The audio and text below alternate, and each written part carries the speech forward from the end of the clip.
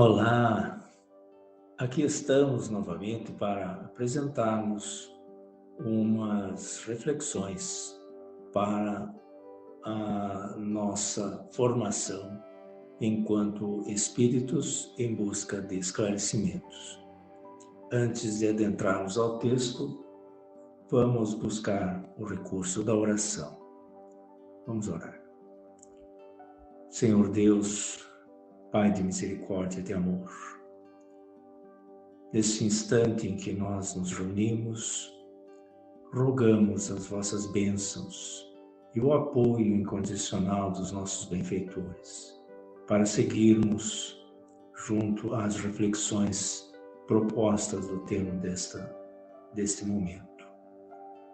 Que ele nos seja oportuno e que faça diferença nas nossas vidas, nos nossos enfrentamentos diários, das dificuldades que encontramos, dos questionamentos. Esteja conosco, Senhor, hoje e sempre, que assim seja. Muito bem. Antes de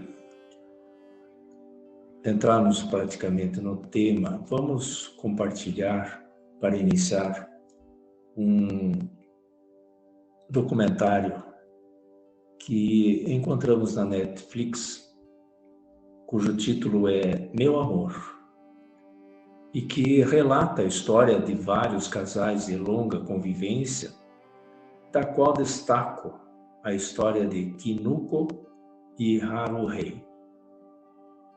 Ela conheceu Haruhei numa instituição onde ele fazia tratamento para hanseníase. E como era enfermeira, cuidou dele por um bom tempo, um bom período. Com o passar dos anos, ambos acabaram se apaixonando e vieram a se casar, constituindo família e tendo filhos. Kinuko continuava sempre zelosa com seu marido e com isso a autoestima dele foi melhorando, que até ele fazia graça com as sequelas que a doença lhe deixou. Anos seguem e Kinuko passou a sentir dificuldades em engolir. Depois da insistência do marido, procurou um médico e acabou sendo diagnosticada com câncer de esôfago. Agora ele passaria a cuidar da esposa. Provas e expiações vividas por almas afins, almas dedicadas. Com base nisso, propõe as seguintes questões. Os que nos antecederam ao fenômeno da morte, poderemos encontrá-los no mundo espiritual? Caso tenhamos uma família no mundo espiritual, ela é igual à que temos agora? O que atrai os espíritos a um mesmo grupo, a uma mesma família, a um mesmo local de atividades? Essas respostas vamos encontrar em O Evangelho segundo o Espiritismo de Allan Kardec, terceira obra da codificação, no seu capítulo 14, item 8, que aborda o tema parentesco corporal e espiritual. Diz o citado texto que os laços de sangue não criam forçosamente um vínculo de ligações entre os espíritos, pois o corpo procede do corpo, mas o espírito não procede do espírito, porquanto o espírito já existia antes da formação do corpo. Não é exatamente o pai quem cria o espírito de seu filho, ele somente lhe fornece o invólucro corpóreo, o corpo físico, e seu dever é auxiliar o desenvolvimento intelectual e moral do filho, para fazê-lo progredir. Na obra O Livro dos Espíritos, a primeira da codificação, Na questão 203, encontramos a seguinte assertiva, ou questionamento do codificador aos benfeitores. Transmitem os pais aos filhos uma parcela de suas almas, ou se limitam a lhes dar a vida animal a que, mais tarde, outra alma vem adicionar a vida moral? Respondem: dão-lhes apenas a vida animal, pois que a alma é indivisível. Um pai de pouca inteligência pode ter filhos inteligentes e vice-versa. Então, os que encarnam numa mesma família, sobretudo como parentes próximos, são as mais das vezes espíritos simpáticos. Entendamos aqui que se trata, né, de indivíduos afins, ligados por anteriores relações que se expressam por uma afeição recíproca na vida terrena. Mas também pode acontecer que sejam completamente estranhos uns aos outros, esses espíritos, afastados entre si por antipatias igualmente anteriores, que se traduzem na Terra por um mútuo antagonismo que aí lhes serve de provação. Encontramos na obra O Livro dos Espíritos, retomando a questão 204, o que propôs o codificador a respeito desta questão.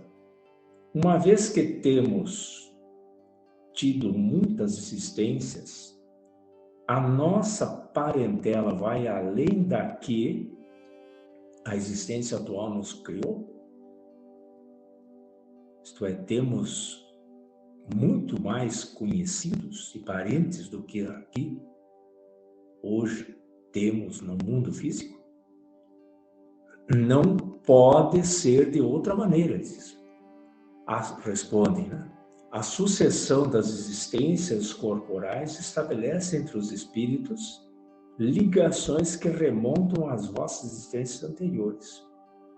Daí, muitas vezes, a simpatia que vem a existir entre vós e certos espíritos que vos parecem estranhos, mas que não são, porque temos essas afinidades, né? Essas questões de simpatia, de afinidades.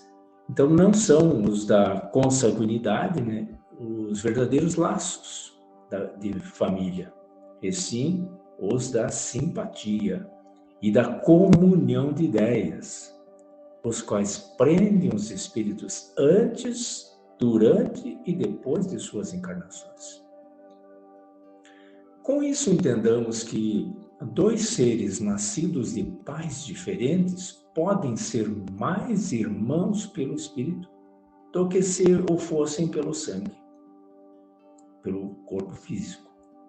Podem, então, atrair-se, buscar-se, sentir prazer quando juntos, ao passo que dois irmãos consanguíneos podem repelir-se, conforme se observa todos os dias.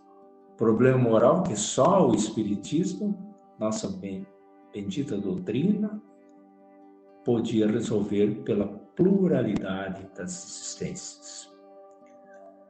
Encontramos este assunto sobre simpatia e antipatia nas questões 291 até 303 de O Livro dos Espíritos. E vamos ver o que nos fala a questão 294. A lembrança, pergunta o codificador, dos maus atos, ou dos atos maus, que dois homens praticam um contra o outro, constitui obstáculo a que entre eles reine simpatia? Essa lembrança os induz a se afastarem um do outro. Então, aqui já vemos na resposta de que é exatamente os atos maus, né, as brigas, as questões que vivemos no passado, que criam essas dificuldades de formar, de estabelecer a simpatia entre os espíritos. Então, há pois, duas espécies de famílias. As famílias pelos laços espirituais e as famílias pelos laços corporais. Duráveis, né? As primeiras se fortalecem pela purificação e eternizam-se no mundo dos espíritos, através das migrações das almas, né? das reencarnações. Né? Porém, as segundas, tão frágeis como a matéria, se extinguem com o tempo e muitas vezes se dissolvem moralmente, já na existência atual. Propomos agora um exemplo grosseiro, né, sobre famílias corporal, que seria mais ou menos o seguinte. Vamos supor que você acaba de conseguir um novo emprego em outra empresa. Você acaba de entrar na empresa, o tempo passa e você permanece ali um bom tempo, desempenhando sua tarefa, criando vínculos. Acontece, porém, que você recebe o convite para outra oportunidade em outra empresa e você encerra seu compromisso com esta empresa. Você parte para outra. Muitos dos que lá ficaram naquela empresa que você acaba de sair, vão sendo desligados, né, do seu pensamento. Porque quantos, né, Ricardos, quantos Josés, quantas Marias você conhece, e cada uma é de um lugar. Outros, porém, continuam na sua lembrança, e você mantém contato com eles por um bom tempo. Essa seria uma ideia da durabilidade dos laços da família corporal. Foi exatamente o que Jesus quis tornar compreensível, dizendo aos seus discípulos: aqui estão minha mãe e meus irmãos, isto é, minha família pelos laços do Espírito. Pois todo aquele que faz a vontade de meu Pai que está nos céus é meu irmão, minha irmã e minha mãe. Informado da chegada deles, conhecendo os sentimentos que nutriam a seu respeito, era natural que Jesus dissesse, referindo-se aos seus discípulos do ponto de vista espiritual: aqui estão meus irmãos verdadeiros.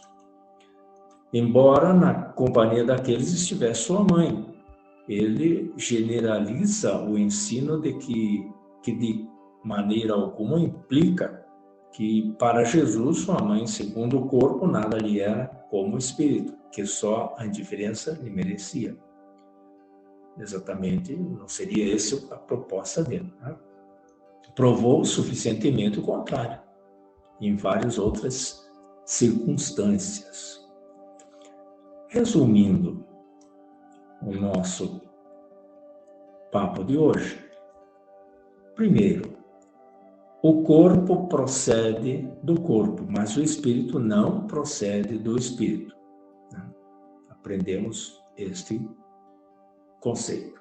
Segundo conceito que vemos dali, do texto, né, que os espíritos que nascem numa mesma família são geralmente simpáticos. Né?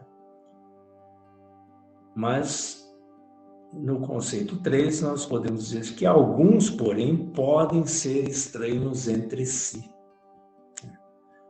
No quarto, que nós podemos destacar, os verdadeiros laços são os da simpatia e comunhão de ideias, que nos unem antes, durante e depois da encarnação.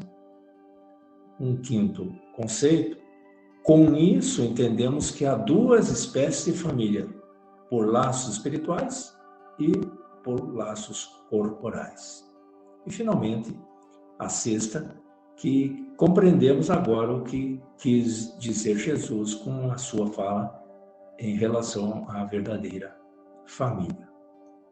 Deixamos aqui para a nossa reflexão final a questão 775 do Livro dos Espíritos, dizendo qual seria para a sociedade o resultado do relaxamento dos laços de família? A recrudescência do egoísmo. Muita paz a todos e até uma próxima oportunidade.